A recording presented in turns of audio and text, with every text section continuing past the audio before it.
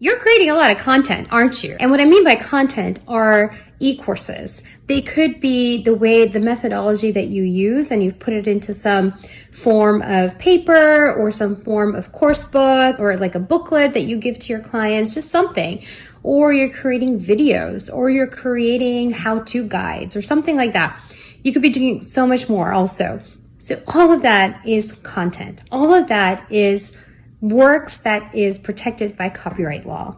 For the most part, most likely. I always qualify what I have to say because I honestly, unless I actually see something in front of me where I can actually do the legal assessment on it, I can't really give it very definitive answers. But, for the most part, if you are creating an original work of authorship, which you have put into a tangible medium, that is protected by copyright. And, you don't have to register something to have copyright protection, and you don't have to register a trademark to have copyright protection. USA law, federal law, which is what governs intellectual property, it is not first to register, but it's first to use. So if you have been using something or if you have created something first, it is yours. And so, there is this misnomer that, you have to get it registered to be able to claim copyright. Well, no, you don't have to get it registered to say, hey, that's my work and my copyright is protected in that. But what happens is that when you do register your copyright with the US Copyright Office, you are essentially getting statutory protection now. And you can take that claim to court and you can get some statutory damages from that. Otherwise, you probably don't have a chance for that. And similarly with trademark also, you get extra statutory protection. And, it just really edifies your claim also. It just strengthens that claim. Like, so when you send a cease and desist to somebody and say, hey, put it down, that's mine, that's my trademark, or that's my content.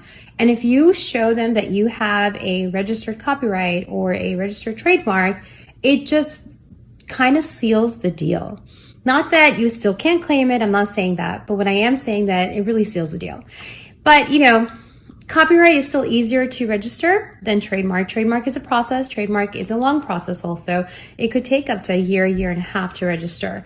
And it is also more expensive. So not everything should be trademarked, but it is something definitely to think about when you are creating a brand and you are creating certain logos or slogans or colors or designs that go with the brand that essentially identify your brand. So if somebody sees it and it distinguishes your brand from other brands, that might be something that you say, hey, I want to trademark it.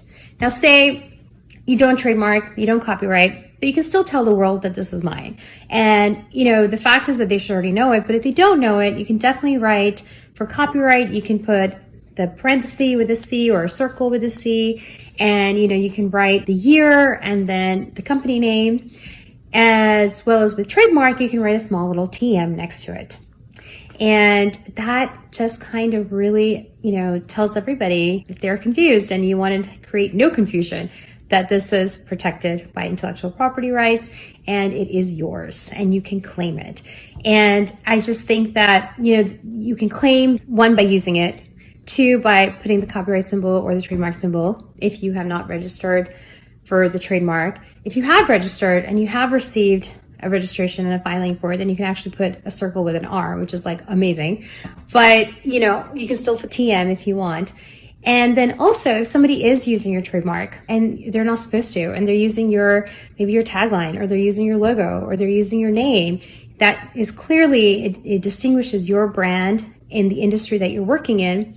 Shoot them an email, tell them to take it down because you have to do that. You have to be able to protect your trademark. If you don't protect your trademark and you allow multiple users to use it, it dilutes the brand. And eventually, if you do have a claim for it, you may not have one anymore because it's become so generic. It kind of goes with like how we call everything Xerox. It's actually not a Xerox copy, but we call it Xerox because that's just the claim to fame has become. So I hope this was helpful. If you have any questions, send me a DM, send me a message, send me a question. And, I know that you guys are working so hard. I know that you're creating a lot of content because that's what creatives do. And I want you to protect it. And I want you to protect it in the best way possible.